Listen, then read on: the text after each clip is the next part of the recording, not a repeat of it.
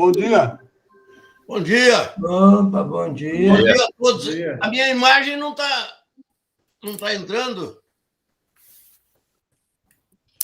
Bom dia, mestre. Marion, bom dia. Bom dia. Bom dia, mestre. Meus mestres. Bom dia, pessoal. Ainda estão Bom dia. comemorando muito. Ah, tão demais, velho. Hoje vai ser entrega da taça, hein? Sim. Hoje. Bom Boa dia, tarde, bom dia. aí. Bom dia, Marion. Otávio. Bom dia, Marion. Bom dia, Marion. Bom dia, pessoal. Marião, bom Bom dia. dia, Otávio. Bom dia. Bom, gente, dia, bom dia. bom dia, geral.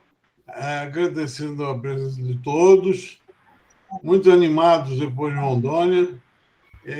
Pela ordem, eu vou passar primeiro um vídeo. O Evaldo está vindo com a Denise de Belo Horizonte por carro. Então, ele gravou um vídeo ontem para a gente abrir a reunião. Você pode passar, por favor, Alda? Posso, vou passar. Pede a Alda para liberar a minha entrada aí, que eu não estou conseguindo. Espera aí um pouquinho, Alda. Você Certo. consegue botar a imagem do ministro? Não, ele que tem que colocar no computador dele. Você pode orientar? Liga para ele, Alda, para orientar. Tá.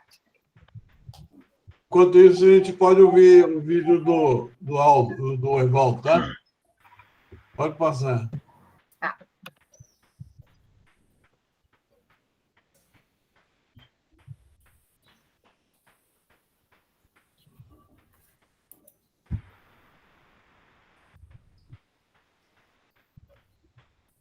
Eu não posso estar aí com vocês hoje porque estou viajando a Brasília nesse horário da nossa reunião, mas gostaria de deixar alguns pontos lá sobre Rondônia. Rondônia foi um sucesso, nós tivemos uma receptividade muito grande, há muita necessidade de colaboração, o Fórum se propõe a isso, né? E eu diria que o grande ganho que nós tivemos em Rondônia foi o Fórum promover uma convergência de ideias, de propósitos, de objetivos com os produtores agrícolas de Rondônia. Claro, não estávamos no meio deles, porque foi na capital, isso prejudicou um pouco, né? Mas da próxima vez nós vamos estar num ambiente mais da produção, isso é muito importante, né? Mas esse ponto, né, da convergência nos dá muitas oportunidades, e a oportunidade de ser mais estratégico e menos operacional, a oportunidade de criar uma narrativa com eles. Eles querem muito avançar na questão da comunicação, eles enxergam que é preciso ter uma narrativa melhor, né, para o que eles estão fazendo, e isso vem de um momento de ligação com a certificação, isso é muito forte também entre eles, e a sustentabilidade como um todo, né? Trabalhar um pouco mais essa questão da bioeconomia na Amazônia, isso é muito, eles querem muito isso, né? Trabalhar num ambiente mais da bioeconomia, isso eles estão dispostos a fazer mudanças, né? E eu quero deixar esses pontos aqui muito para a nossa discussão. Lembrar que nós temos um livro que nós estamos finalizando em breve, né? Talvez em janeiro, é preciso estar pronto, e nele nós temos as questões das soluções sustentáveis, né? Soluções sustentáveis que vêm da ciência tropical. Eles querem muito soluções, né? A conversa é boa, é importante, eles gostaram muito, mas eles querem soluções. Nós temos que ter narrativa e soluções. E isso, nesse livro, nós vamos nos basear muito na Carta de Porto Velho, e por isso nós precisamos da colaboração de todos, né? Com essa visão de ciência tropical para os povos tropicais, para a sustentabilidade dos povos tropicais, do ponto de vista ambiental e do ponto de vista humano também, né? Isso. Infelizmente, ele mandou por zap, aí ficou grande e cortou. Teria que ter mandado por e-mail. Depois eu não consegui falar com ele porque ele está na estrada. Mas ele dá um bom resumo. Depois você compartilha, Fernando, o link? Consegue? Para a gente assistir depois Aí inteiro. precisa chegar para mandar para mim de novo por e-mail, tá? Tá bem. Deixa eu... Paula, se eu consigo botar minha apresentação de novo. Você não mandou para mim, não. Conseguiu botar o Alisson? Tô ligando para ele agora. Por favor. Então, gente, conversei muito com o ministro e com o Evaldo ontem para fazer essa síntese que eu vou apresentar para vocês agora. Claro que totalmente livre para vocês criticarem Tá. dos próximos passos que a gente pretende. Não mais a imagem, não. Bom, a Carta de Porto Eu Velho... faço a imagem, ela sai do vermelho para entrar, mas não entra. Ministro, desliga o seu microfone, por favor. Então, a Carta de Porto Velho foi um norte único compartilhado que já trouxe o Banco Mundial, o ICA e o Banco de Desenvolvimento da África. Isso é a grande porta de entrada para uma internacionalização da proposta. Então, os próximos passos, o Evaldo falou em janeiro, eu não acredito que dê tempo, é mais para lançar o livro em março, um artigo do Alisson, novamente, explicando com mais profundidade, densidade, por que um Pacto Global do Alimento, e um artigo do Evaldo explicando o protagonismo da ciência tropical como instrumento de inclusão social e tecnológica. Aí nós vamos para o que eu estou chamando de sistematização de conhecimentos essenciais. Eu conversei muito com o ministro também sobre a relação do fórum com o pessoal do conselho que toca o Prêmio Nobel, que são as grandes lideranças do agro brasileiro. Nós não temos nenhuma divergência com os propósitos. Pelo contrário. Agora, se vocês prestarem atenção aqui para o nosso umbigo, vocês vão ver que nós levamos 8 anos para alinhar. 8 anos. Há 1 ano e meio começou essa reunião de domingo e esse esforço para botar todo mundo na mesma página. Olha como foi difícil. E por quê?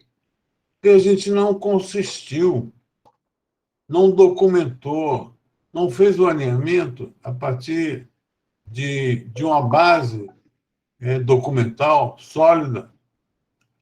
Primeiro, a gente tem que botar isso no papel para que todos entendam onde a gente está indo. Nós já temos o estudo do Paulo Haddad, para onde queremos ir em 2040. O próprio Paulo sugeriu, lá em Rondônia, uma cooperação técnica Brasil-Alemanha para a certificação do café. Seria um grande insight para a gente começar o debate do modelo regulatório brasileiro. Nada vai acontecer enquanto o mapa não rever o que se faz na Secretaria de Defesa, que é burocrático, é lento, não faz a certificação da fazenda por garfo. Nós temos lá, o filho do Paulo Haddad desenvolveu com o Rodrigo, o ministro assistiu a essa exposição, um projeto chamado Projeto Hidra, que só no frango, da fazenda até a indústria, eles checam o frango 170 pontos. É um troço maravilhoso. A gente tem que fazer a extensão disso da indústria para o consumidor. Agora, não existe uma visão de Estado para esse modelo. Se você traz a Alemanha para fazer o café, você acaba trazendo o modelo alemão, que foi o que impressionou o ministro quando ele esteve lá em 2019, e impressionou a todos que participaram da reunião com a Federação Alemã do Alimento. É um dever de casa, tem lá um roteiro do que fazer.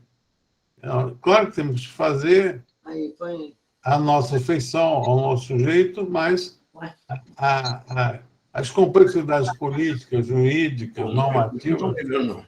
Não? Ah, Estão todas lá. Tem um estudo urgente. Eu estou falando no sentido de que essa aqui é a nossa agenda até junho. Tem que fazer, porque se a gente quiser fazer um seminário internacional, não adianta ficar falando. A gente tem que documentar esse propósito de uma forma sólida.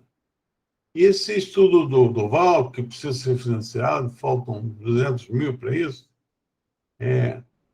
traduz toda a beleza. Veja só, o Duval tem 2 princípios. Embora a gente tenha dificuldade de ver às vezes, porque ele coloca a visão científica na frente, o passo a passo, como fazer, mas os 2 princípios, eles estruturam toda a narrativa do Largo Central brasileiro. O primeiro chama-se fato, valor e norma. É um conceito criado pelo Miguel Reale que se transformou numa referência jurídica internacional. E tem muito a ver com os desafios atuais. Primeiro que a palavra fato significa consistência científica, mas significa também a melhor verdade possível. O valor é o valor universal das coisas, né? E norma é como é que você traduz isso num sistema funcional. E, associado a isso, ele traz o impacto mínimo, que é o melhor resumo possível do que vocês todos fazem. Tirar da natureza aquilo que é possível, dentro do limite dos recursos,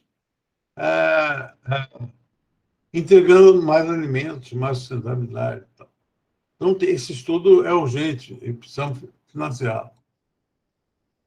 A reunião de amanhã, que nós temos com os Scofro, Siqueira, o nosso Nazareno, ela vai fazer uma discussão, que eu espero que seja absolutamente estratégica e não científica, sobre cada um dos temas essenciais para estruturar esse ferramental de narrativa, né? Então, o Scofro tem um trabalho brilhante que ele já fez em Minas, que ele organiza a visão do território, associando a disponibilidade de recursos, o capital humano, a gestão das potencialidades do território, com a visão tecnológica. É um trabalho essencial. Tudo isso, se a gente aplicar lá, no nosso modelo de Cacoal, Pimenta e Espigão, vai dar um esclarecimento muito preciso por que é importante fazer isso no Brasil todo, por que existe uma consequência clara entre ciência e transformações socioeconômicas. O Siqueira fez, para mim, um dos mais brilhantes depoimentos do evento ontem, antes de ontem, né, no dia 2, quando ele fala das potencialidades sustentáveis na Amazônia. Eu vou pedir para ele, para que fique mais claro ainda, que ele comece com a argumentação, mas fale especificamente dos produtos, né? Porque é isso que vai fazer as pessoas compreenderem, as pessoas fora da bolha, né? Os 92% que a gente quer sensibilizar, né? Isso aí é lindo, porque é de base científica, tem repercussões sociais, econômicas e ambientais claras, e mostra que você não precisa derrubar uma árvore para fazer, né? Análise territorial, nós estamos falando nisso aqui, o ministro fala nisso há anos. A gente tem que sair da ideação, como vocês chamam, para a prática. Vamos começar por Rondônia. Tem que fazer um levantamento de quantos ecossistemas tem, quanto tem de árvore em pé, a questão do solo, tudo isso para servir de êmulo para você depois migrar para os outros polos da Amazônia e fazer a mesma coisa. Essa visão produzida por uma atitude fiscal do Delfim Neto há 40 anos atrás é um absurdo técnico, científico, logístico, ecossistêmico e, principalmente, comunicacional. As pessoas tratam a Amazônia como se fosse uma coisa igual. Não é. Absolutamente não é. Então, todo mundo concorda com isso. Claro, você fazer o estudo, de identificar quem é a pessoa para realizar os estudos. Tem outros trabalhos que podem não ter a mesma urgência, mas também precisam ser feitos, que a gente chama de estudo decodificadores. Então, você tem um trabalho que o Pedro Abel vem ensaiando aí já há algum tempo não, 6 anos pelo menos, que é medir os transbordamentos do agro sobre a sociedade, renda, emprego. Só para ter uma ideia, no IBGE tem 40 técnicos trabalhando com indústria e 2 com agricultura. A única ferramenta que existe, eu só aprendi com o Pedro, e eu fui no escritório dele, ele abriu lá para mim, e com a orientação dele eu entendi, chama-se Matriz Insumo Produto. Só tem 9 produtos de toda a agricultura brasileira. E desde 2015 o IBGE não publica. A razão, é lógico, tem a ver com o orçamento.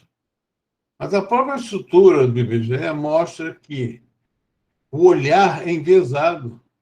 O olhar do PIB ele é falso. Parece que a indústria e o serviço funcionam sozinhos. Sem agricultura, o Brasil não é nada. E se a gente não mexer nas ferramentas de compreensão dessa equação, a gente vai continuar falando e não vai ser entendido. Mesma coisa do impacto da bioeconomia, saúde e longevidade. Vamos começar lá por Cacoal. Medir no primeiro dia o indicador local de saúde e longevidade e vamos acompanhando para a gente perceber como a escalagem pode melhorar muito as referências sociais da região. Gestão do conhecimento transdisciplinar na academia. Alguém tem que pegar isso, alguém da academia, e debater esse tema com mais profundidade. A gente fala, mas na prática continua tudo nas caixinhas. Como é que a gente vai sair do modelo atual para o modelo transdisciplinar?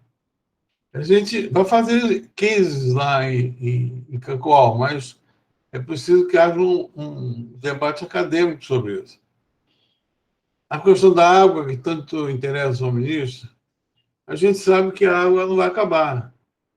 Mas isso precisa ficar muito claro com o estudo de conhecimento, gestão, da regulação, lá no case, lá em Cacoal. A gente tem que usar o modelo para mostrar que a gente pode usar água com responsabilidade, otimizar com irrigação, promover desenvolvimento e contribuir muito mais do que hoje com a gestão responsável. Redução de uso de agroquímicos, o que a gente já conseguiu em Rio Verde, é um espetáculo, aquilo ali é um modelo para o mundo, vamos fazer lá no polo, emissão de gases e a contribuição do modelo para a igualdade de gênero. Se a gente quer falar com a sociedade, igualdade de gênero é um dos 3 ou 4 temas mais importantes no debate global hoje. É muito importante a gente mostrar de que lado que a gente está. A gente é a favor da igualdade de gênero. Eu sei, por exemplo, que quando você escala o pirarucu, lá no frigorífico, a quantidade de mulheres trabalhando é maior do que a quantidade de homens. Eu não tenho os detalhes, mas esse tipo de coisa que a gente pode aferir para mostrar o grau de justiça do nosso modelo. A redução dos preços dos alimentos. Vocês falam isso repetidamente do ponto de vista da gestão. Preciso fazer um case local e estudá-lo, associado ao modelo de inclusão tecnológica e social. Se você tem mais pequenos produtores ou produtores não tecnológicos, como diz o ministro, produzindo hortaliças, você vai ter mais saúde, mais qualidade de produto na região e vai ter um preço razoável para o consumidor, por razão da competição. Isso tem que ser sair do modelo da gestão e cair na realidade. A gente medir essa evolução para que as pessoas vejam. Quando você fala precisa aumentar a oferta alimentar, rapaz, nem 10% das pessoas sabem o que é isso. Quando você pega a realidade do produtor que passou a ter um papel digno no sistema produtivo, a partir de uma inclusão tecnológica, com resultados sociais auditáveis, isso vira um belo demonstrativo, né? E esse estudo, a gente falou há muito tempo nisso, mas também nunca fomos atrás de encontrar alguém para fazer. Quando o senhor, toda vez que eu começo...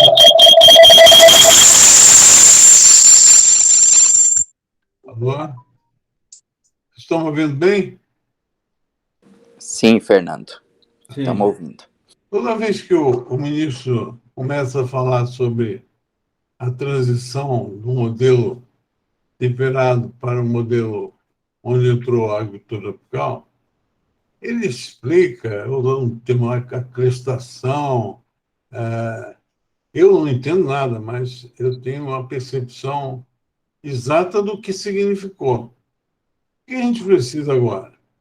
É demonstrar isso num papel escrito de uma forma que todo mundo compreenda, sem que necessariamente os termos do setor dificultem a compreensão. O poder de transformação social, econômica e ambiental que significou a transição. E por que isso é importante? Porque a minha opinião é de que a gente deve focar, a partir de hoje, na discussão do futuro. Ficar discutindo o passado já demonstrou que não deu certo do ponto de vista da estratégia de comunicação. Mas olha só a importância de você mostrar. Quando você fala em novo Pacto Global Alimentar, você compara a possibilidade dos tróficos oferecerem alimentos com mais qualidade, de forma sustentável, com a capacidade da agricultura temperada, a gente dá um banho, 7-1. Agora, como a gente não tem essa documentação estruturada na narrativa, eles estão passando, por exemplo, toda a narrativa da tecnologia em substituição à oferta de alimentos de origem tropical, que é onde a gente é competitivo.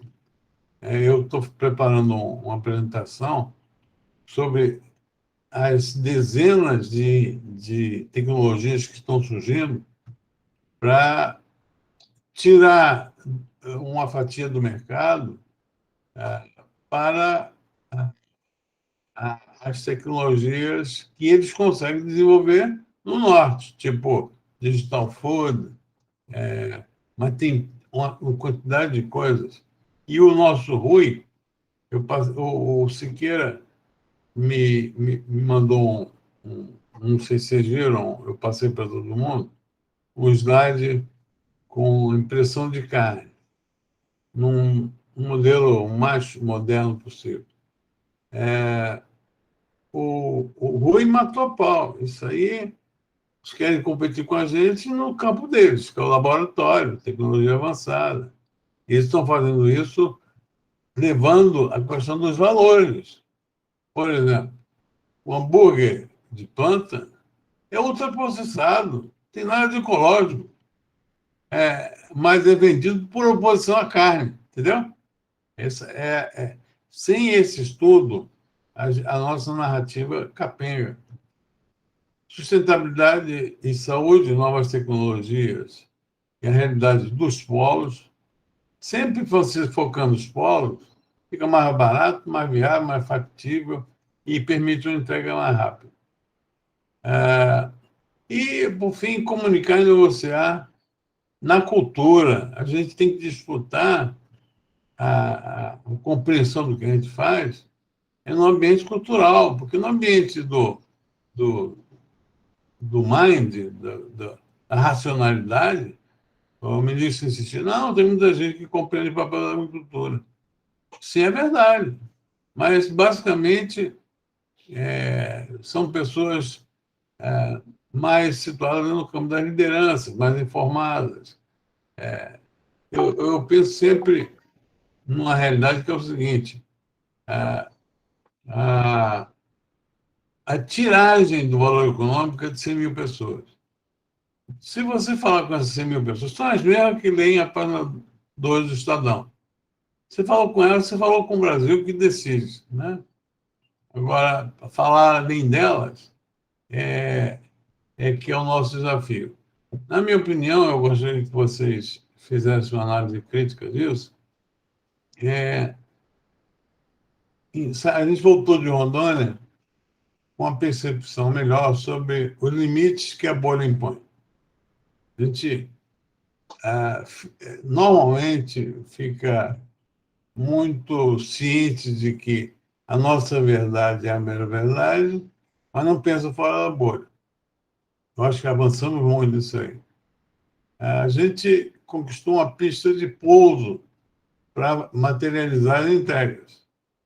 Isso está posto, só depende de avançar, articular, financiar. A capacidade política de transformações, vocês têm muito mais poder do que imaginavam que tivessem. O mundo não gira mais em torno de governos unicamente. Os governos continuam importantes, mas a sociedade civil, que é o que vocês representam, tem poder de dirigir políticas privadas muito maior do que tinha antes. E, como vocês vão ler no material dos stakeholders, eles entenderam. Só falta a gente produzir os projetos que vai permitir. Qual é a agenda comum? Primeiro, trabalhar para que um novo olhar sobre a Amazônia não seja um seminário de ideias. A gente tem que cumprir aqueles 10 estudos estruturantes iniciais até lá, para a gente poder mostrar, provar o que a gente está falando. Talvez em março a gente consiga concluir o livro Ciência e Bioeconomia Tropicais, Soluções para os Grandes Desafios da Humanidade nas Próximas Décadas, que seria um cartão de visitas, produzido em inglês e português, não precisa ter impressão física, se tiver dinheiro, a gente faz, mas o importante é a gente conseguir ter isso para enviar para todos os formadores de opinião, Europa, Estados Unidos, Japão, etc. E, por fim, organizar e produzir tanto o seminário internacional quanto o debate na FAO. Pela representação no Brasil, o debate na FAO está garantido. Agora, falta combinar com o chinês, com o diretor-geral.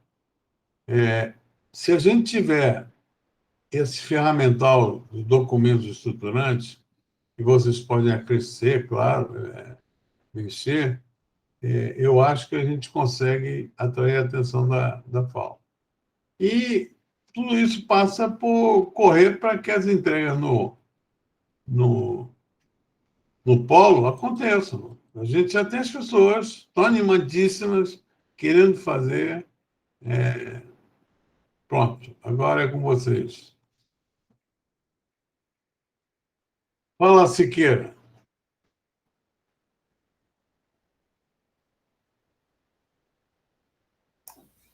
Bom dia a todos.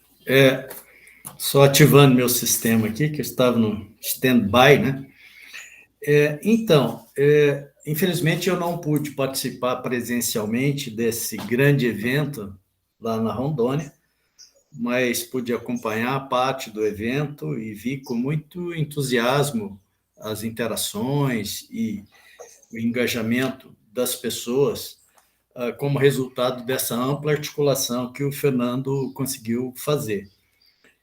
A minha análise, assim, bem resumida de tudo isso, é que ele conseguiu fazer um belo exercício de inteligência coletiva. Eu acho que essa é a essência do fórum, né?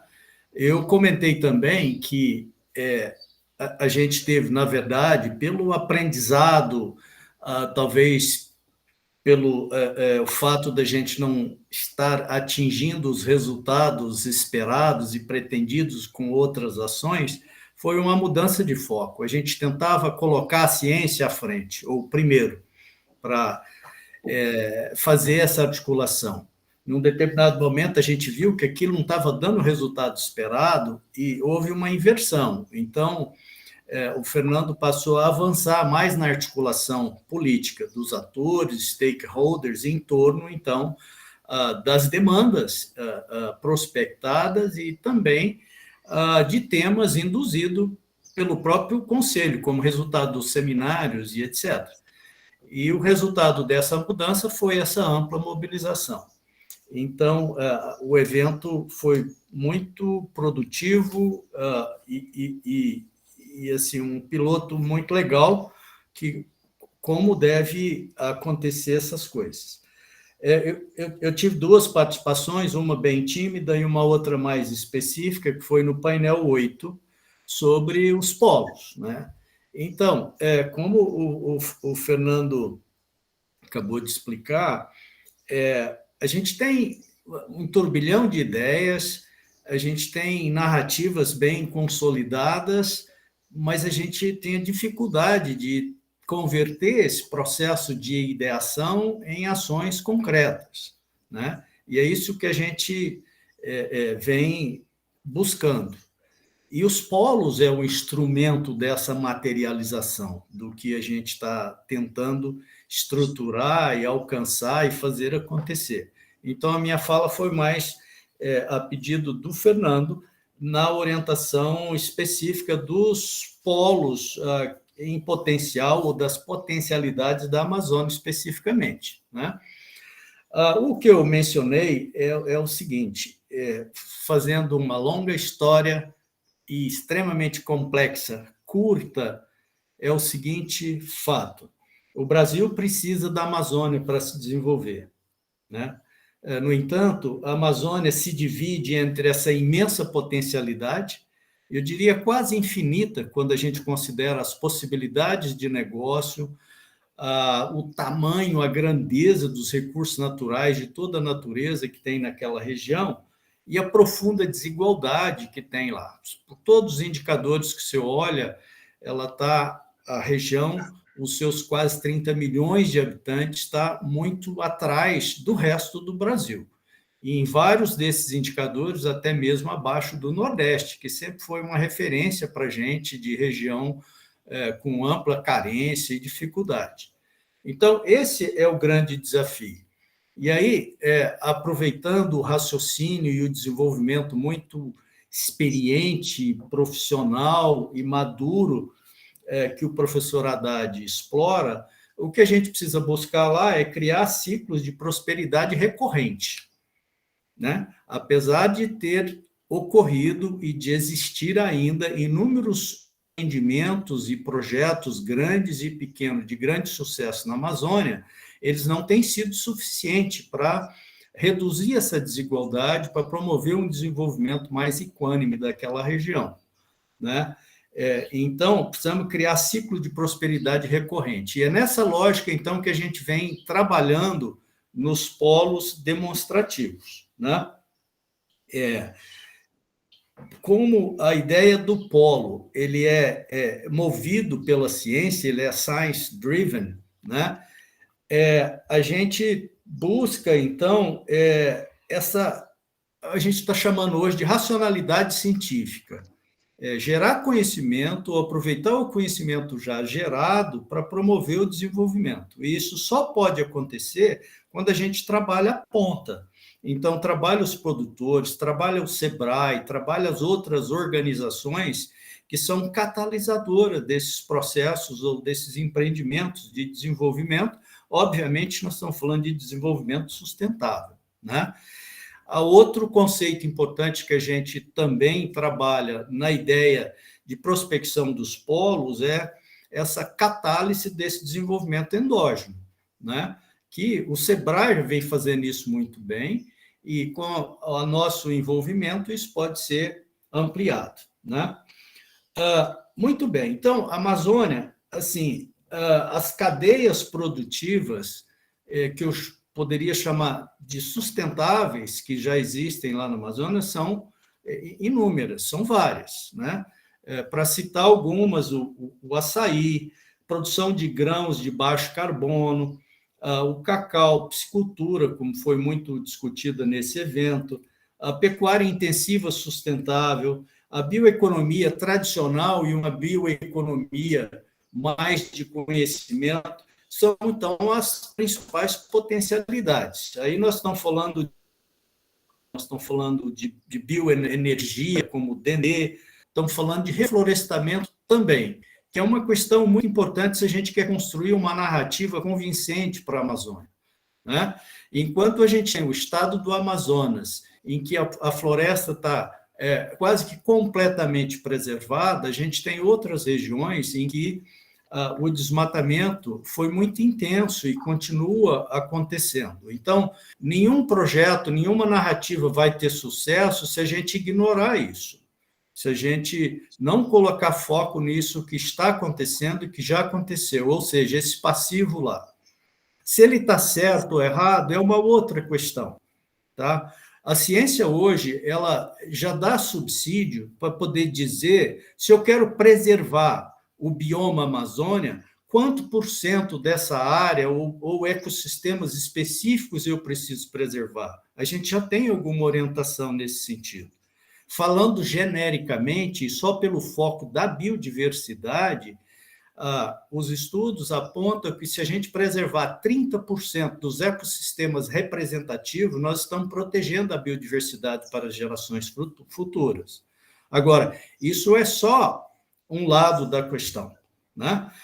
Uma outra coisa que está aflorando resultados muito recentes e impactantes é esse papel dos serviços ecossistêmicos da Amazônia. Estou falando numa outra escala, né? Que é a regulação das chuvas no sul, sudeste e centro-oeste do Brasil. Estudos bem recentes indicam que você já consegue quantificar esse impacto em perda de ambiente adequado para a exploração agrícola intensiva no modelo que vem acontecendo, da soja especificamente. Então, esses estudos, eles indicam já uma perda dessa potencialidade, né? Estão falando assim de ambiente adequado, clima adequado, uma perda da ordem de 25%, 27% diária, projetado para atingir 50% se essa tendência se mantiver. Então, acho que essas questões precisam estar em foco. Não adianta a gente vir só com ideia de soluções e a gente fazer vista grossa com relação a esses problemas. Então, essa recomposição ambiental, essa restauração ambiental das áreas impactadas, aí, né, Helena e Evandro, a questão da revegetação ou rematização, que alguém tem falado, é da maior importância, né?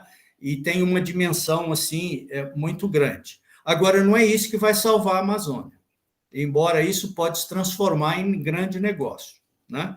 O grande negócio da Amazônia está lá, que é a bioeconomia, feita de maneira tecnológica, avançada e inteligente, bem estruturada em termos de mercado, né? Que pode, inclusive, basear em parte no extrativismo, mas o extrativismo tradicional ele tem se mostrado apenas eficiente para preservar a pobreza. Eu falo isso há muito tempo, antes dessas discussões. Tá? Eu tenho até um fato interessante. Quando eu tomei posse na Academia Brasileira de Ciência, em 2001, eu fiz uma apresentação e projetei uma casinha de um ribeirinho na beira dessa imensidão desses rios e falei, isso é o que os intelectuais de gabinete chamam de desenvolvimento sustentável. Será? É mesmo? Então, esse slide causou um impacto muito grande, certo? Para aquela visão de desenvolvimento sustentável. Ele é sustentável para quem está na Paulista, para quem está na Savassi, em Belo Horizonte e tal, mas não é sustentável para aquelas pessoas, né? E o exemplo está aí do açaí, que foi um desenvolvimento fantástico do ponto de vista de mercado, mas que se mostra insustentável nesse modelo. E só a ciência, só a tecnologia pode resolver essa questão. Eu falei muito, né? Mas na narrativa vamos para o prático. Então, qual é a história dos polos, né? Então, os polos, como eles têm sido trabalhados? Então, é uma ideia de prospectar potencialidades, projetos com potencialidades para desenvolvimento, para escalonamento. Ele inicia-se por demandas espontâneas, como aconteceu em Rio Verde, e também por processo de indução, de própria discussão do fórum e também da visão científica, né, do conhecimento científico. Então, o avanço, por exemplo, né, Marion, da linha de bioinsumos em Rio Verde é resultado disso. Existia essa demanda e ela vem sendo construída, elaborada, estruturada em função do conhecimento existente, da potencialidade desse processo, desse tema para aquela região. Então, essa é a nossa lógica. Então, é uma concepção básica de fundamento científico, tecnológico, mas estruturado em cima de uma demanda, né? Põe em funcionamento o conhecimento, e que envolve os atores locais, envolve stakeholders, em geral, né, das várias esferas ou segmentos, equipe de cientistas, instituições locais, que é a ideia do capital endógeno, né? E também fundo para fazer isso acontecer. Nós definimos um conjunto de critérios para trabalhar essa ideia dos polos.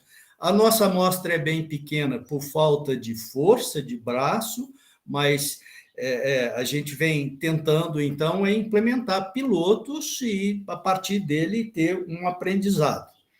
Resumindo, qual é a situação hoje de prospecção desses polos para a Amazônia? Então, a gente tem um polo prospectado e início de conversa e de articulação, que é a industrialização da cadeia extrativista do oeste do Pará, que é basicamente uma economia extrativista, mas de base de conhecimento. Essa é uma parceria com Biotech Amazônia, que já tem base e organização lá, e tem foco hoje, nessa fase inicial, em azeites gourmet nativos, de produtos da floresta, a cadeia do cacau, e também com potencialidade para os chamados superfoods, né? Superalimentos, camu-camu e vários outros, a própria castanha enquadra nesse processo. Um outro polo que está no nosso planejamento é o manejo dos açaizais nativos da Ilha do Marajó. Esse seria uma parceria com a Embrapa, que já tem um processo lá que, através do manejo, da interferência nesses ambientes naturais, você consegue aumentar a produtividade em várias vezes e ter um produto mais padronizado, de melhor qualidade e com uma cadeia mais estruturada. Isso é uma parceria com a Embrapa de Belém. Nós estamos trabalhando também a cadeia do guaranazeiro. É uma coisa também única da Amazônia, muito interessante, tem um potencial fantástico, né, desde fármacos, porque ele é um bioestimulante muito interessante, a indústria já estabelecida, que é um produto nosso, que todo estrangeiro que experimenta o guaraná, ele se delicia, com essa bebida, que é magnífica. A Embrapa tem variedades muito produtivas, que pode poupar terra, reduzir o impacto para a expansão de terra, e foi comentado aí nesse seminário pelo o responsável pela Embrapa de Manaus, que agora eles conseguem estabelecer essas lavouras a partir de semente, e não de mudas, que você tinha que formar quase uma pré-árvore, pôr nos barcos e levando isso para as comunidades, quer dizer, um processo, então, bastante facilitado. Tem o setor privado já estabelecido lá, que compra esse produto, precisamos fazer essa articulação e desenhar esse polo nos moldes do que está acontecendo aí com a Rondônia e Rio Verde. A cadeia do pescado também foi bastante discutido, explorado. Aí, nesse evento da Rondônia, o foco é o tambaqui e o pirarucu. Isso tem um potencial tremendo por várias razões, pela qualidade da proteína, pela questão ambiental, de emissão de gases de efeito estufa e também de poupar a terra.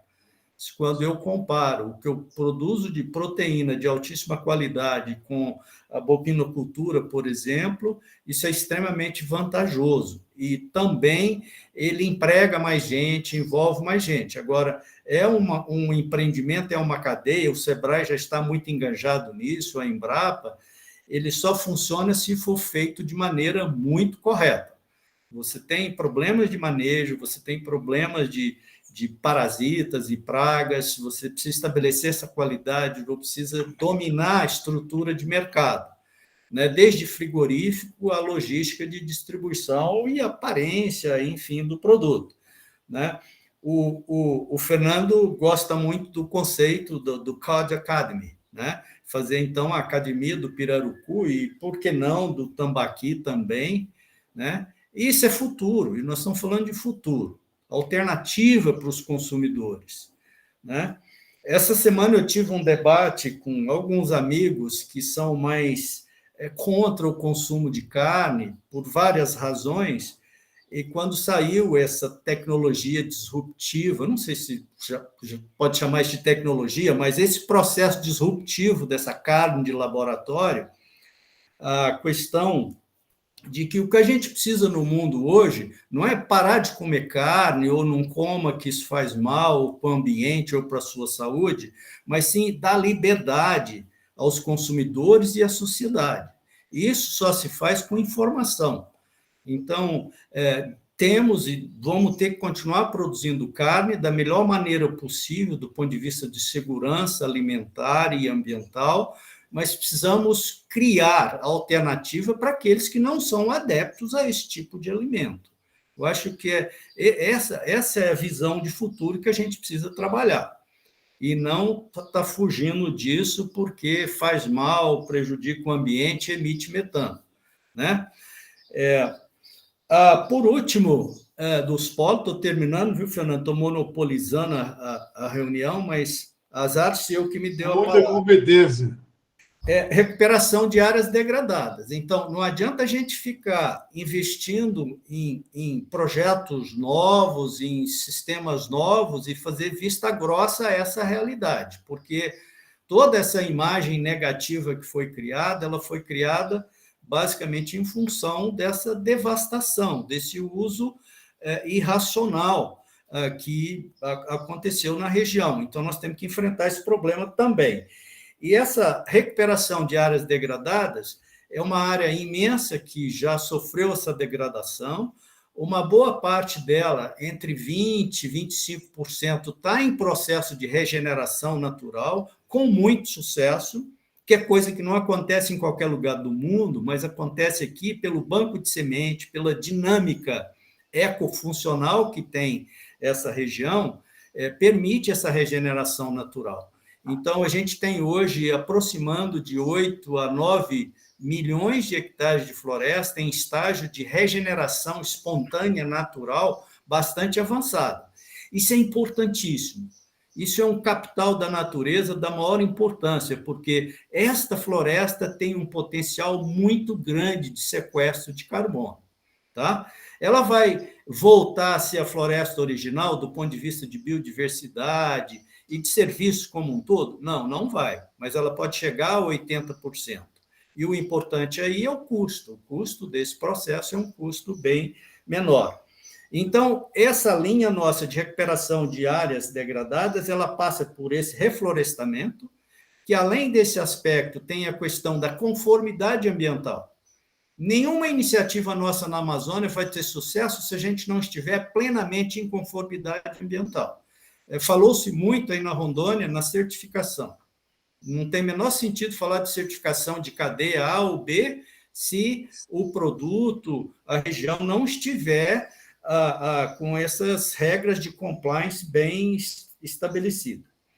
Sistemas agroflorestais mais tecnificados têm potencial, né? Assim como o próprio extrativismo, desde que ele seja melhor trabalhado, que você tenha mais controle da cadeia de produção, do beneficiamento do produto, que precisa de segurança. Um dos problemas de boa parte dos 65 produtos de origem florestal que a Amazônia comercializa para o resto do país e para o exterior é problema de segurança alimentar. Então, pela umidade, pela natureza desses produtos, muitos deles são susceptíveis à contaminação por aflatoxina. Então, isso precisa ser rigorosamente controlado, senão isso não vai dar certo. Então, isso é uma potencialidade para os SAFs. Tem a linha de cosméticos e fármacos que tem grande potencial na visão do SAF, e também das fruteiras, né? E, por último, o ILPF, né? A Integração Lavoura-Pecuária-Floresta, que a gente já tem também prospectado uma região com grande potencial, que é a região do sudeste do Pará, a bacia do rio Itacaiunas, basicamente, mas pode estender até São Félix, a região de São Félix, do Xingu, a pecuária de leite. Isso não exclui a de corte. O foco nosso foi a de leite, pela tecnologia disponível para fazer isso, pelo grande consumo de produtos lácteos nessa região, e a região é importadora desses produtos, e também pelo fato de ser uma atividade mais voltada para pequenos produtores, falando de escala amazônica, tá? Então, eles têm um potencial tremendo e que está também no nosso radar e na nossa linha de montagem, vamos dizer, de projetos. Então, basicamente, é isso que eu tinha a dizer para vocês. Obrigado pela paciência e pelo tempo. Muito bem. Siqueira, você dá um show de esperança, porque basicamente o seu discurso é uma motivação interna gigantesca através da revelação das potencialidades. O Nazareno está saindo. Helena, por favor. Bom dia, pessoal. Começar parabenizando o Fernando. Helena, você não está aparecendo. Começar parabenizando o Fernando pelo evento maravilhoso que a gente participou em Rondônia. Viu, Fernando? Parabéns pela articulação, Obrigado. Parabéns por reunir tanta gente.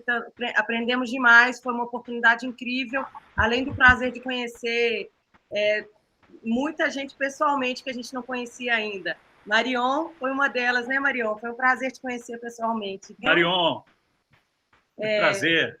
Mas a gente pediu 10 minutos para o Fernando para poder fazer uma panorâmica também do que a gente viu lá e de como a gente vai encaminhar o SGI nos 3 municípios. Eu queria passar a palavra para o meu pai poder fazer essa síntese para a gente. Então, o que eu queria dizer para vocês, né, que nós tivemos um privilégio de participar desse evento com a qualidade que o Fernando nos propiciou. A qualidade da programação, a condução dele e os contatos que nós mantivemos. Então, eu queria dizer para vocês que é muito animador o que a gente viu em Rondônia. Então, aquela ideia do Wake Up Amazônia, em Rondônia, a gente já tem esse despertar. Porque todo o trabalho, né, que a gente viu lá do SEBRAE, né, da Embrapa, a Embrapa na escola, a Embrapa na educação, a produção agrícola dos indígenas, aquilo ali é uma coisa extraordinária, que vai chegar um momento da gente colocar foco nesses avanços. E pelo Pitágoras, nós estamos em Rondônia, pelo menos estivemos em Rondônia durante mais de uma década, sobretudo a década de 80.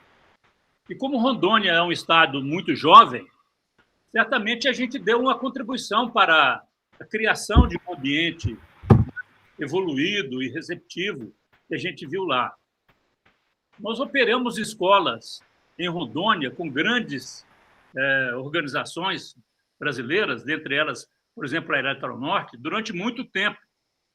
E as nossas escolas lá foram conduzidas por educadores muito competentes, muito inspirados, e que vários deles continuam conosco nesse movimento nosso da conspiração mineira pela educação, que agora evoluiu para a conspiração pelo plantio de árvores, com esses colaboradores históricos.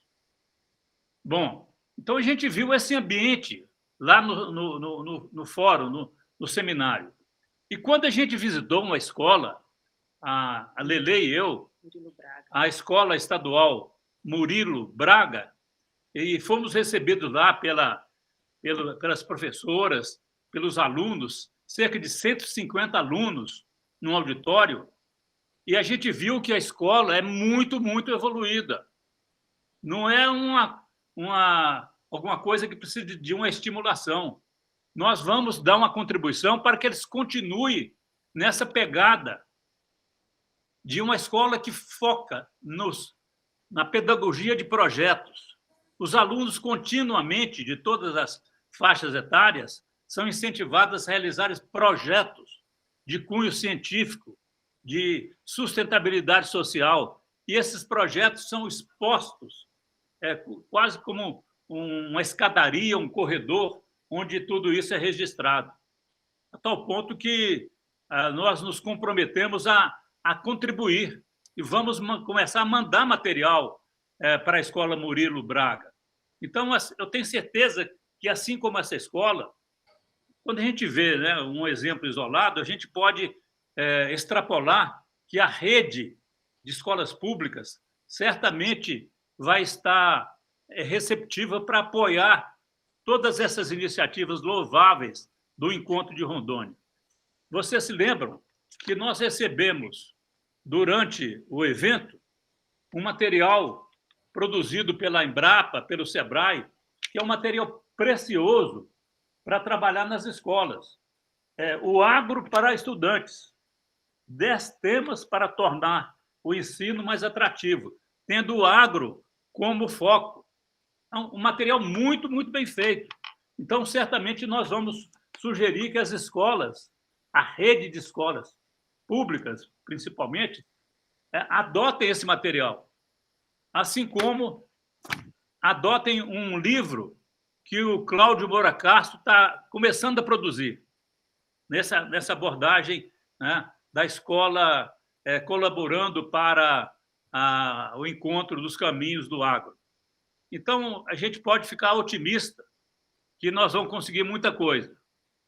E eu queria que a Tânia falasse sobre o trabalho que a Fundação Pitágoras fez recentemente com o SGI. O que nós fizemos em Rondônia, Tânia? O que nós fizemos com as comunidades indígenas?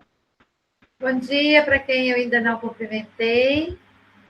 Eu vou falar sobre Rondônia e depois eu quero falar duas coisinhas. Uma sobre uma fala do professor Siqueira e uma questão sobre um e-mail que o Fernando enviou do doutor professor Muramatsu, tá?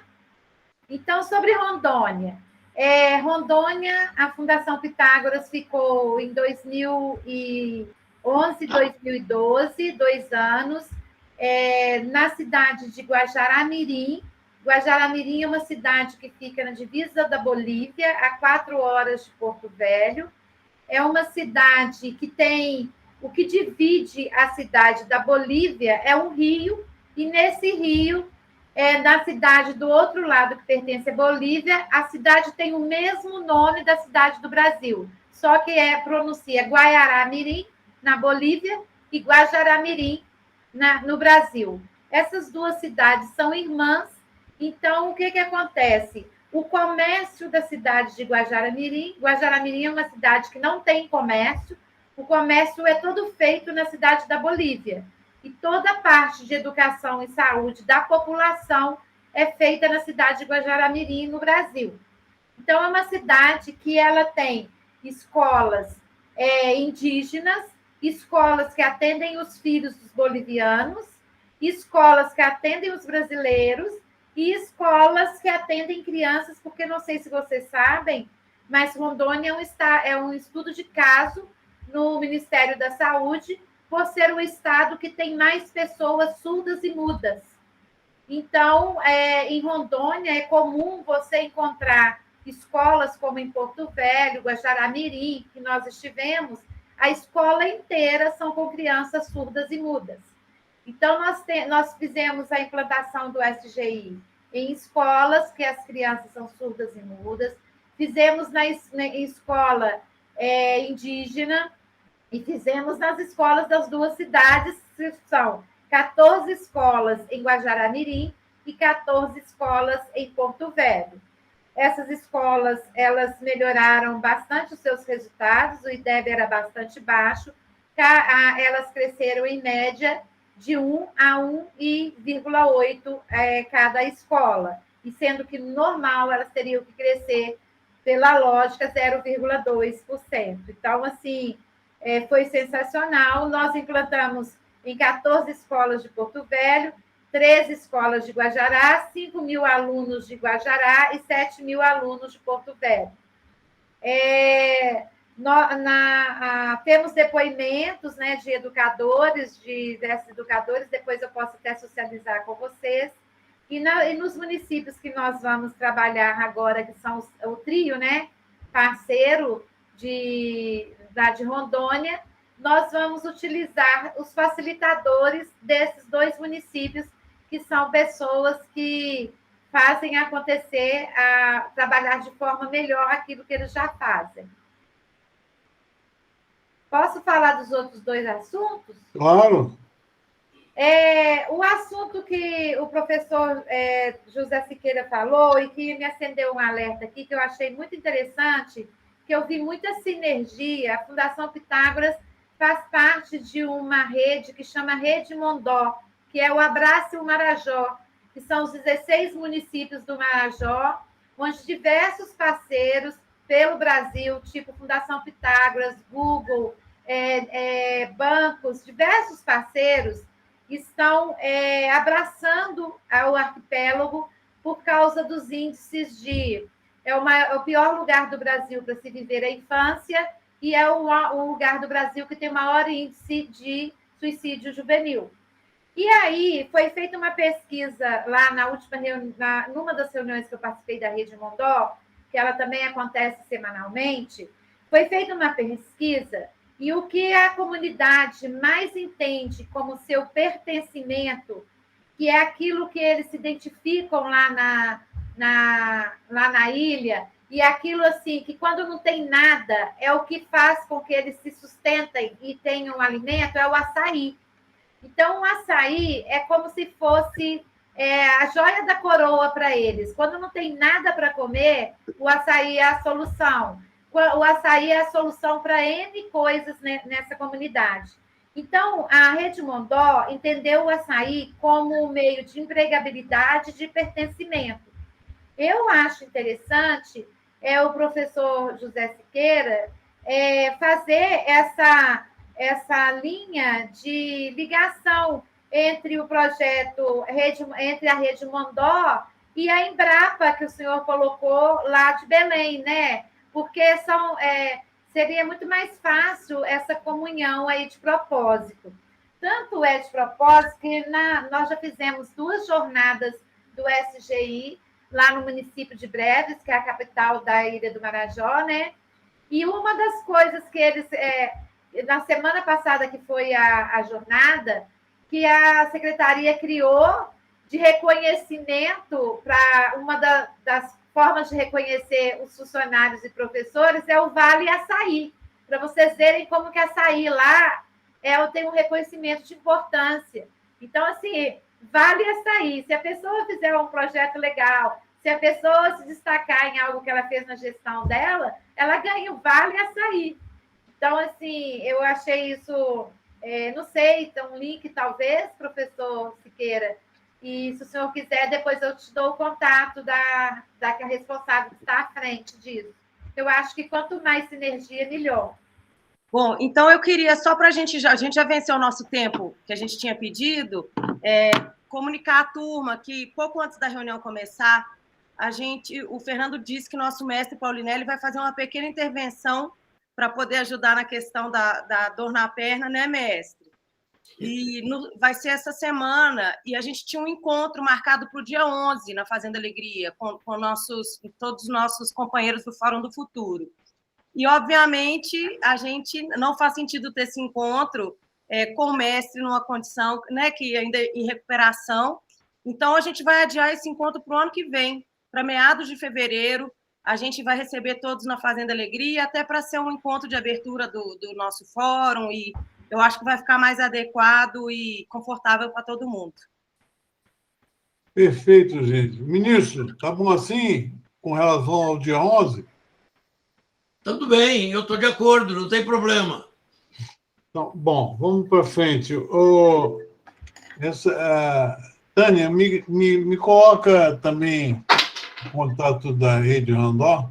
Tá, eu faço. Tá, antes de passar para o César, eu queria primeiro diminuir a minha importância no processo, que eu agradeço o reconhecimento de todos, mas essa faca aí tem 2 legumes. O primeiro é o seguinte: abrir porta com o nome de vocês, e principalmente do ministro, é mole. Quer dizer, parte do meu trabalho é muito facilitado por isso. Eu consigo articular por causa da dimensão da importância de vocês, da história republicana que vocês representam. E o outro lado é o seguinte: Rondônia também é uma demonstração do tamanho do abismo. Aí talvez eu tenha contribuído um pouco para evidenciar o desafio que é, principalmente na área da ciência. Praticamente vocês todos, inclusive o ministro, em muitos departamentos, e muitos colegas cientistas, não tinham nome identificado e reconhecido. Então, é absolutamente importante que a gente incorpore esse abismo como realidade, porque aqui no Sul, em Minas, São Paulo, Exalc, Paulinelli, Lavras de Sola, tudo isso tem uma relevância histórica palpável. Lá em Rondônia não é bem assim. Mas vamos para frente. Ô, Romano, eu queria muito o seu comentário sobre o desafio de organizar a narrativa. Mais uma vez, esse estudo de intervenções de vocês mostra o potencial que nós temos. A gente precisa combinar entre nós. Desculpa, César. Era você primeiro, por favor. Que isso. Bom dia a todos. Bom estar aqui. Eu também não consegui ir a Rondônia, mas acompanhei e falei com os superintendentes das regiões, né, que teve presente. Então, primeiro, parabenizar, né, acho que, Fernando, por mais que a gente tenha facilidade, né, mas tem que ter uma habilidade do ponto de vista no momento em que tem as dificuldades, né? Quando está tudo bom, é fácil conduzir, né? O problema é quando tem algumas situações que exigem um posicionamento e, de fato, você teve alguns posicionamentos, né, que contribuíram para o êxito aí dos 2 dias lá do Wake Up. Então, tem que valorizar esse perfil seu. E o pós, né, a gente fica muito feliz, né, porque o Sebrae está estando envolvido nos estados, o Melis até me ligou, né, e eu liguei tanto para o Antônio Carlos quanto para o Samuel, para o desdobramento, né, o Wake Up e agora o pós-Wake Up. Então a gente precisa, de fato, uma agenda ambiciosa, né, como tem que ser, pelo que a gente viu na apresentação e pelo relato, né, do Siqueira, e agora a gente, de fato, estruturar esses projetos e executar, né, e fazer o movimento aí da mudança. Então, aí, colocar a gente à disposição aí, tanto aqui nacional, Fernando, quanto nos estados, para assumir alguns projetos que venham a ser, além do que já está realizando. Tá? Então, acho que é importante a gente dar esse salto aí nesse momento seguinte. Parabenizar a todos aí pelos 2 dias, foi muito bom.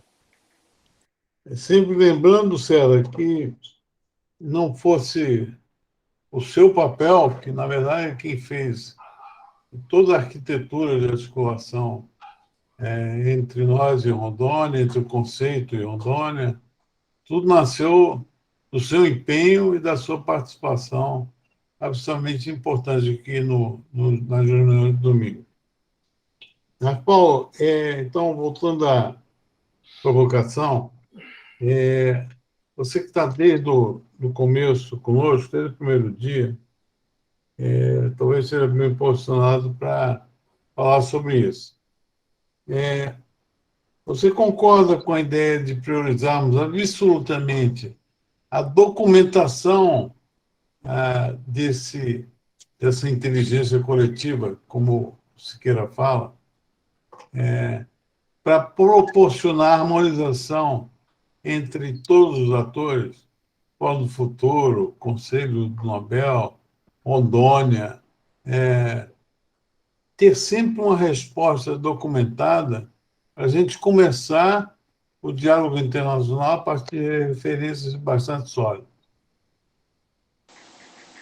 Dentro da sua critério de urgência que você sempre coloca. Fernando, eu estava exatamente pensando e acho que o Siqueira dá umas contribuições muito boas, porque ele tem uma visão profunda, uma base científica muito grande e uma experiência de campo muito forte. E muito atualizado, né, na costura, digamos assim, daquilo que pode aparecer nesse ambiente de extrair, de sintetizar a inteligência coletiva. Então, nesse sentido, eu considero o seguinte: é uma proposta nova, é um conceito novo, né? E um exercício rarissimamente realizado. Eu trabalho no meu dia a dia um dispêndio enorme de energia para abrir caixinha ainda, quebrar caixinha, num lugar onde você tem inteligências individuais relevantes, né, atualizadas, mas coletiva ainda muito baixo. Mesmo dentro da área temática. Isso é incrível. Então, reforço essa sugestão implícita na sua pergunta. Eu acho fundamental esse registro, o mais rápido possível. Por quê? Porque ele não pode estar defasado, né, como fonte alimentadora, né, de uma nova orientação, algumas coisas tão novas que são disruptivas, como foi posto aí. Então, isso é como, para sintetizar, ir lá para o básico, é como uma cartilha orientadora, né? Por quê? Porque no dia a dia, as pessoas que estão participando aqui, e outras, elas não vão ficar só por conta desse projeto. Pouquíssimas poderão vir a ficar só por conta disso aí. Algumas instituições, eu diria assim, precisam de ficar presentes. Por quê? Porque um dos problemas que nós temos na nossa história, e Paulo Nelly deve estar nos ouvindo, eu que participei de projetos exitosos com ele, ele resumiu numa palavra, muitas vezes, falou assim: isso deu certo, porque você estava lá, tinha equipe, tinha apoio, mas por quê? Não é o problema de eu estar lá, é de ter tido continuidade para alguma coisa que foi muito bem planejada, muito bem pactuada e sem descontinuidade, sobretudo administrativa, o que é muito comum no meio público. essa disponibilidade administrativa. Então, nesse caso, esse registro e, em torno dele, uma pactuação, e em algumas das nossas instituições âncoras que deem continuidade. Eu ponho aí como número 1 o SEBRAE, junto com o Embrapa, e poucas outras, eu não sei quais outras. Claro, no plano privado é diferente, né? E nós estamos agregando gente da área privada, e, sobretudo, os que têm interesse empresarial, mas esses aí precisam de ter uma alimentação do processo mais, digamos assim, mais firme, porque senão abandonam, né? Nós já tivemos pequenas experiências anteriores aí, ainda na fase de formulação, que alguns, mas, bom, não estou vendo o resultado. Então, para mim, eu concordo com isso que você levantou e sugeriu. Eu acho fundamental, como parte de um processo de orientação, né? Até porque uma outra coisa, no médio prazo, pode, inclusive, ter algum adensamento ou alguma pequena modificação. Digamos, o professor Paulo Haddad vai aprofundar o trabalho dele. Certamente não vai ter recuo, mas algum aprimoramento, algum aprofundamento sobre tema que a gente já está alinhado e comprometido com ele.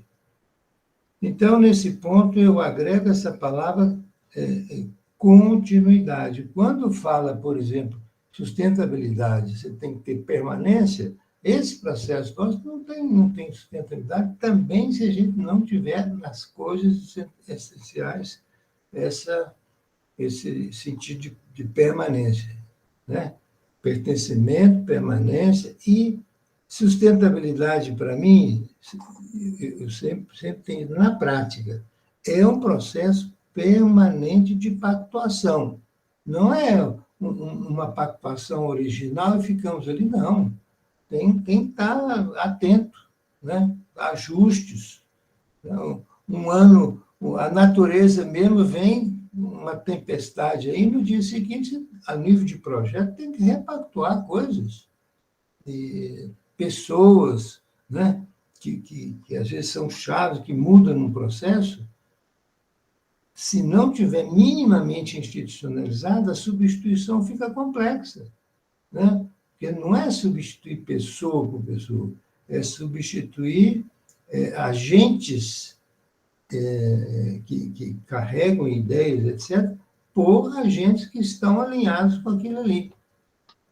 Bom, então, de maneira geral, eu acompanhei um dia inteiro e um pedaço do outro dia, no caso de Rondônia, à distância, mas eu tiro dali com muito vigor a força do compromisso e não podemos perder ritmo, porque ali é a nossa primeira bandeira na Amazônia. Então, daí o roteiro proposto, sem diminuir, no que eu chamo a cartilha orientadora. Realmente é isso. É como se fosse um manual de operação. Manual. É muito bonito, mas é muito grande e muito desafiador, né? Nós acordamos sonhos, ou alimentamos sonhos, desenvolvemos expectativas e certamente isso aí aumenta tremendamente a própria complexidade, que é algo inerente a qualquer coisa, em qualquer área da Amazônia. Mas, de minha parte, é isso, Fernando. Paulo, você, como cirurgião-chefe das questões institucionais, sempre aponta o caminho. Fantástico, é isso mesmo. Eu, seguindo esse raciocínio, eu diria o seguinte: Nós temos potencialidades fantásticas fora de Rondônia, mas não podemos começar outro polo sem deixar o que a gente plantou lá minimamente estruturado, porque senão a gente vai se perder, vão aparecer não entregas e o nosso discurso vai por água abaixo. Então, Marion, como é que Rondônia influencia Rio Verde para a gente consolidar o trabalho que vocês já começaram? Fernando, parabéns, né, pelo seu trabalho lá. Como influencia, né, você e o grupo, né, essa cooperação, né, de tantas entidades juntos e pessoas, eu acho que esse é o caminho, mostra a força, né. E essa semana, Fernanda, a gente vai estar tendo a visita da Fátima, da Eliana e da Madeleine. Elas vão chegar na quarta-feira, vão andar nas áreas do nosso projeto. Então, ele começa a sair do papel. E a Cargill vai estar junto, acompanhando, o IF junto, o NRV também. Então, eu estou bem entusiasmada, vai ser uma semana especial. Eu conto para vocês no próximo domingo. Fantástico. Eu só te peço uma coisa, Marion. É muito relevante que aquela equipe fantástica que está levando o controle biológico lá é uma equipe de cientistas com muito foco no que fazem, ciência tradicional. A gente precisa evoluir já nessa viagem para a concepção de agricultura regenerativa para todas as fazendas dos 4 municípios. Elas talvez ainda não tenham incorporado essa ótica, e não tem melhor momento do que esse para, além do controle biológico, a gente pensar a evolução, o próximo passo, do ponto de vista da estratégia. Você já tem o SEBRAE, e precisamos caminhar para firmar o documento com o SEBRAE, e as 3 cientistas são fundamentais para entender essa lógica. Elas não acompanham o dia. Eu tive que conhecer com elas, mas eu sinto que o foco delas está muito em cima de entregar o que vai ser fantástico, que é a realização do projeto de controle. Mas essa visão holística que o Conselho traz aqui, você é a nossa embaixadora para sedimentar, tá bom? Muito obrigado por ter ido a Rondônia e pela seu espírito colaborativo de sempre. Fernando. Otávio Maia, nosso presidente. Fernando. Opa, pois não, Só permita aproveitar essa oportunidade para fazer o seguinte comentário, viu, Marion? É preciso passar a ideia de que não é um projeto de ciência, é um projeto com foco de racionalidade científica. Quer dizer, então, o que a pesquisa, não gosto mais disso, mas o que a pesquisa básica, fundamental, pode contribuir para a solução de um problema. Então, é preciso ter em mente uma mudança no modo de fazer ciência. Ou seja, elencar claramente o problema e colocar a ciência a serviço da solução desse problema que está sendo elencado, certo? Senão, você vai ter vários projetos individualizados, com foco disciplinar, que são importantes, mas que não têm uma convergência muito legal em termos de resultado efetivo, né? Então, assim, você como a receptora, a host desses grandes especialistas, né? Todas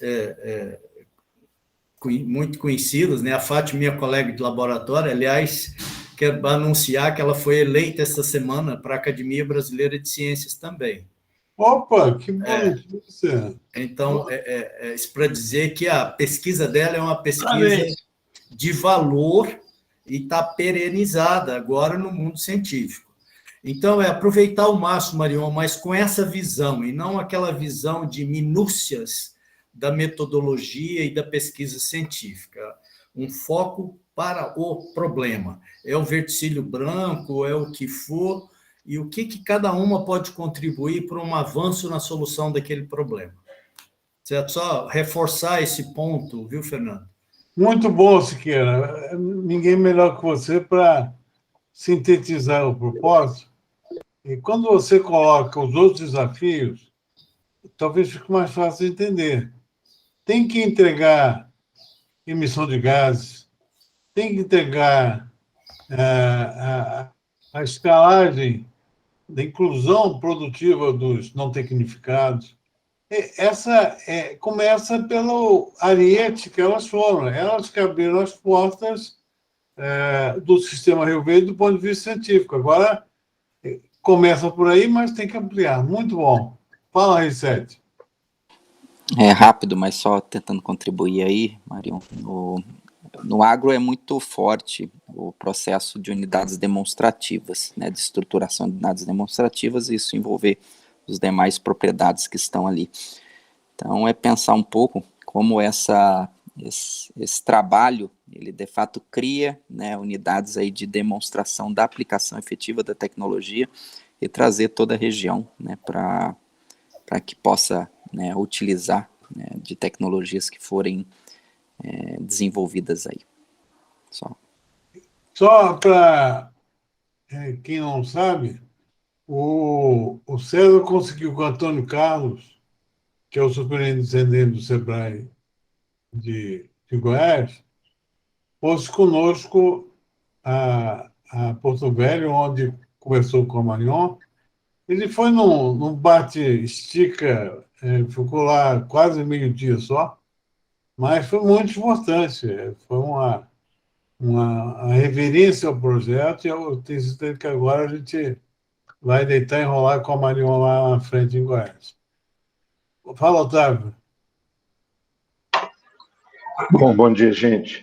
Fernando, eu queria só colocar à disposição, caso ainda não esteja em contato com vocês e vocês achem interessante envolver também, o pessoal da Emater de Rondônia. Né, nós temos uma Associação Brasileira das Entidades, né, que prestam serviço de assistência técnica e extensão rural. Inclusive, eu estava com o Luciano semana passada nesse encontro nosso de todas as entidades em Brasília, e pelo relato que ele nos deu, parece que a situação lá, pelo menos a situação fiscal do governo, de financiamento, né, de aporte lá na Emater, está muito mais tranquilo que em outros estados, inclusive de Minas Gerais. Então, se vocês quiserem o contato, acharem interessante, se já não estão, estou à disposição aqui para articular isso com vocês. A gente não conseguiu o contato. Conseguimos alguns atores na ponta da Emater, um rapaz lá de Menta Bueno, mas institucional a gente não conseguiu fazer. Então, é da maior importância. A gente tem a Secretaria de Agricultura Familiar do MAPA já envolvida. Então, por favor, quando você puder, faça ponte que a gente avance. Geraldo, por favor.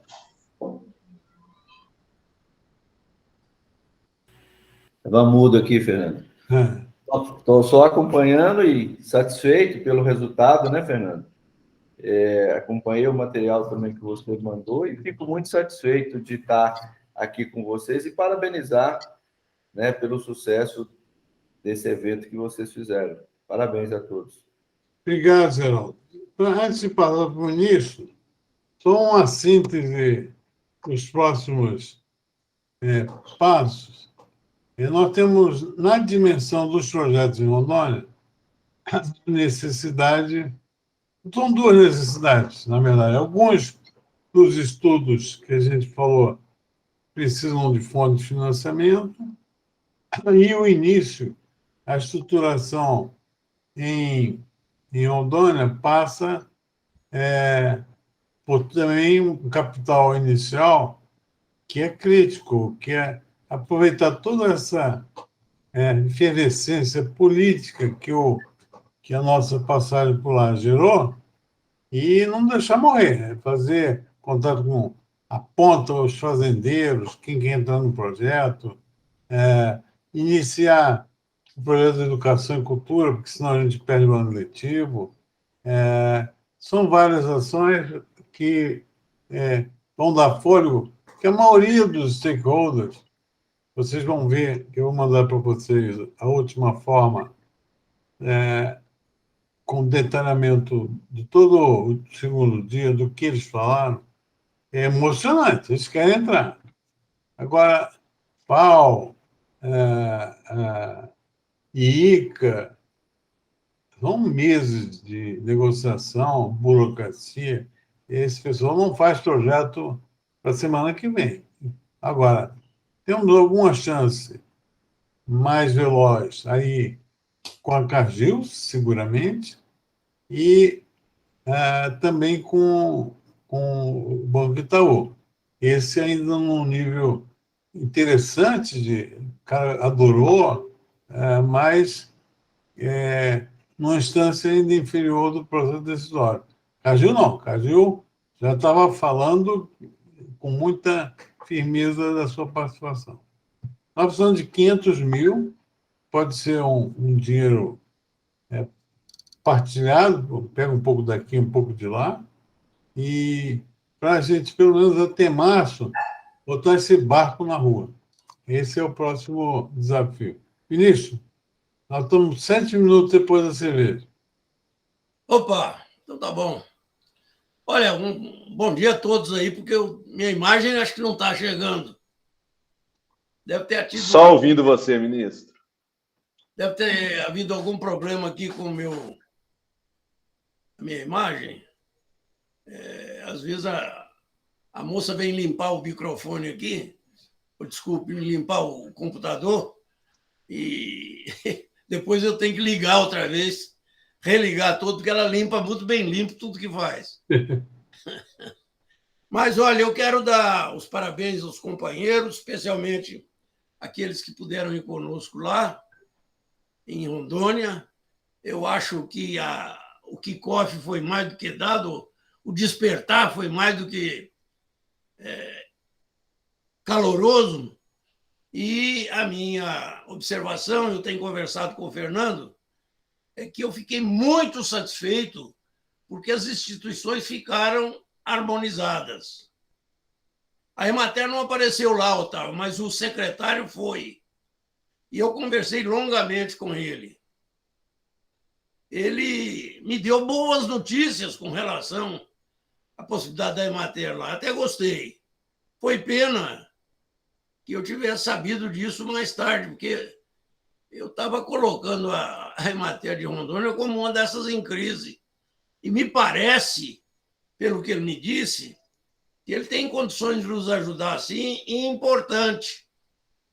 Nós vamos... Você nos ajuda daqui, e talvez na próxima você possa ir, porque é exatamente o que eu vou dizer. A mobilização das instituições foi excepcional. Agora, nós precisamos ir nos 3 municípios chaves tão rápido quanto possível para mobilizar os produtores. Essa é uma etapa que nós temos que... Os produtores e os agentes de lá. Esse trabalho, por exemplo, que para mim é o ápice da questão, que o nosso professor Evandro Neiva está propondo a fazer na educação, ele pode ser chave para nós lá. E através do trabalho da educação, como eu sei que o trabalho deles é feito, é uma forma de você mobilizar toda a sociedade para um projeto que até pode estar um pouco fora dela, mas ela não tem observado a sociedade urbana. E a rural, naturalmente, porque lá já tem polos com boas escolas, no interior também. E um trabalho lá com essas professoras, essas educadoras, vai poder ter uma repercussão muito grande. O outro ponto que eu chamo a atenção, e acho que ficou bem claro, e a minha preocupação toda vez que toca nesse assunto, ela aumenta. Se nós estamos congregando os órgãos de ciência, de uma ou de outra forma, especialmente meu caro professor Silveira, nós vamos ter que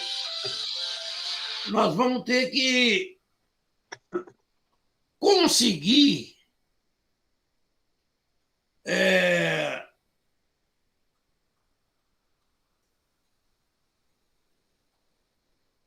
eu perdi aqui a questão que o telefone me atrapalhou. Mas nós vamos ter que conseguir colocar essa questão do desenvolvimento científico ao nível de resultado. Você tem toda a razão. O princípio do Fórum do Futuro é basear-se na ciência para o desenvolvimento. Essa, para mim, é a questão focal que nós podemos fazer. A ciência pura, naturalmente, que nós vamos ter que não só estimular, ver o que está faltando, etc., etc., tentar ajudar. Agora, o que eu chamo a atenção é o conhecimento. O conhecimento que faz mudanças, que promove inovações. Esse nós precisamos fazer. E o Paulo Romano tem toda a razão. Nós temos que ser persistentes nisso. Se não houver persistência, isso cai num vazio. Quando nós tínhamos o instrumento do crédito rural e da assistência técnica programada, etc., etc., a gente fez isso naturalmente. Hoje não, hoje nós temos que provocar isso. Se nós não conseguirmos provocar, vamos ter dificuldades tremendas. Outra coisa que naturalmente nos preocupa, e eu mesmo tenho assustado, eu tenho procurado acompanhar aqui pelo Google, e Rondônia está realmente muito aberta. O desmatamento lá não parou hora nenhuma. E o que eu assustei mais, o professor Silveira, é que aquela baixada, que Rondônia são estados diferentes. A capital está no baixio, você anda 200 e tantos quilômetros até chegar em Ariquemes, onde tem uma elevação e a terra muda, que é uma terra melhor. Essa área baixia, ela era uma floresta maciça. E agora, e eu ainda perguntei e tive uma resposta que me satisfez, isso deve ser o preço do bezerro. Eles falaram, é mesmo. O preço do bezerro está valendo ouro. Então, eles estão desmatando aquela área que não é uma área para engorda de gado e fazendo ali uma pecuária de cria e recria. E o bezerro está valendo tanto que está dando uma renda bastante razoável a eles. Isso me preocupou por o outro lado. Será que nós vamos conseguir estabilizar essa abertura, principalmente na chamada região do Ji-Paraná, que é a melhor área de solo de Rondônia? Eles estão continuando a desmatar aquilo numa velocidade espantosa. Esse é um tipo de discussão que eu quero que a gente vá pensando, porque vai ser fulcral para nós. É a definição dos diversos microsistemas ou microbiomas que tem a Amazônia, que nós vamos ter que estudar individualmente. Isso não é um trabalho para Fórum do Futuro, é um trabalho conjunto das nossas instituições que estão conosco, fundamentalmente Embrapa, universidades, as instituições estaduais que ainda persistirem, mas muito também da área internacional, se puder nos ajudar.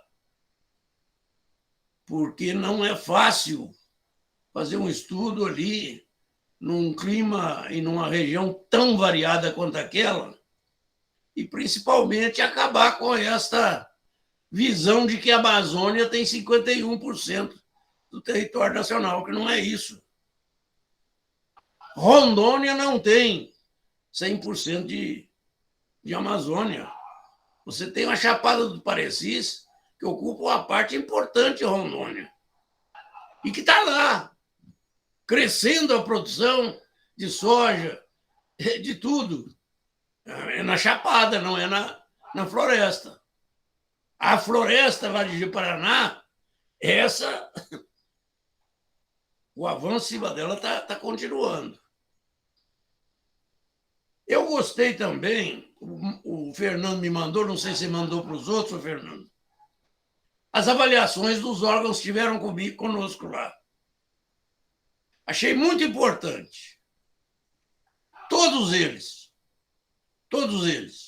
Alguns com a preocupação de demonstrar muito o que estão fazendo, com medo de nós apropriar. Não é isso. Nós temos que, aos poucos, mostrar que nós não estamos querendo apropriar nada de ninguém, mas estamos querendo colaborar. Tentar usar um esforço de mobilização que nós temos para ajudá-los. Agora, outros estão sendo muito sinceros, especialmente as empresas maiores, que estão sofrendo diretamente a consequência daquilo. É o caso específico da JBS. Eu acho, inclusive, que nós vamos ter que conversar não só com a JBS, mas com os outros, as duas outras linhas industriais grandes do Brasil, para que elas também tomem uma participação nesse esforço que nós vamos fazer. O ILPF, eu não tenho dúvida que é uma forma de nós consertarmos o estrago que estão alegando para a Amazônia. Eu vou dizer que alegando não, porque quem está fazendo pecuária extensiva está realmente fazendo um estrago. E, através do ILPF, eles podem reduzir isso. Eu conversei muito, e eles são muito meus amigos, com os companheiros do Pará que foram lá. Eles ficaram muito bem impressionados e querem fazer uma programação para o Pará como continuidade, que era uma minha proposta, para nós entrarmos em duas frentes bem distintas, que seria Rondônia e a parte sudoeste do Pará. Eu notei que eles também ainda têm uma pecuária extensiva muito grande. E o pouco que eles conversaram lá com os pecuaristas, eles viram que lá também ainda existe uma extração grande na pecuária, no processo tradicional. Essa é uma virada que pode dar uma repercussão sem precedente lá. Se nós conseguirmos fazer um esforço no sentido de criar uma frente de mudança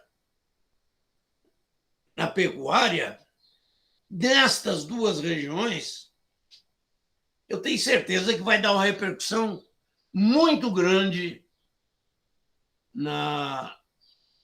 no esforço que nós estamos fazendo.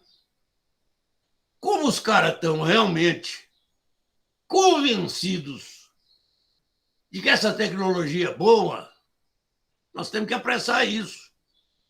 É interessante até a gente pensar e colocar junto com a Embrapa, e chamar o grupo que dá apoio ao ILPF e botar eles também nisso. Eu já conversei com o Paulo Helmer, que está deixando agora, no final desse mês, a presidência da Jondira e vai se dedicar, segundo ele, integralmente para nos ajudar. Se a gente conseguir realmente fazer uma mobilização no sentido de colocar essa integração lavoura e pecuária como, vamos chamar, uma frente do nosso trabalho, eu tenho a impressão que a repercussão vai ser grande. Pegar os projetos pequenos, que não são tão volumosos quanto esse, e dar o maior apoio, porque eu vi lideranças interessantes. Aquela menina da pesca, aquela menina da abelha, eu achei que elas são veículos bons ali, elas já têm trabalho lá, elas não foram apresentar sugestões só. E elas se entusiasmaram muito. Agora, volto a dizer, para dar a repercussão que nós precisamos, mais rápida, se a gente conseguir alguma coisa na área do IFPL, eu acho que essa repercussão vai ser muito rápida. Os usuários, e eu conversei com poucos de Rondônia, na realidade eu só conversei com 2 que já estão fazendo. E do Pará, foi o rapaz que dá lá apoio já a uns 10 a 15 projetos que estão bem avançados.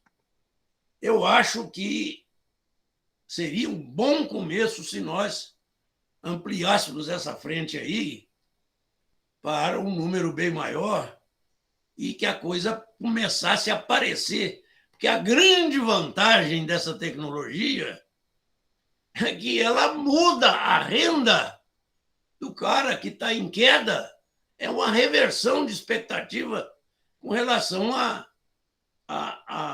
renda. A renda aumenta muito rápido.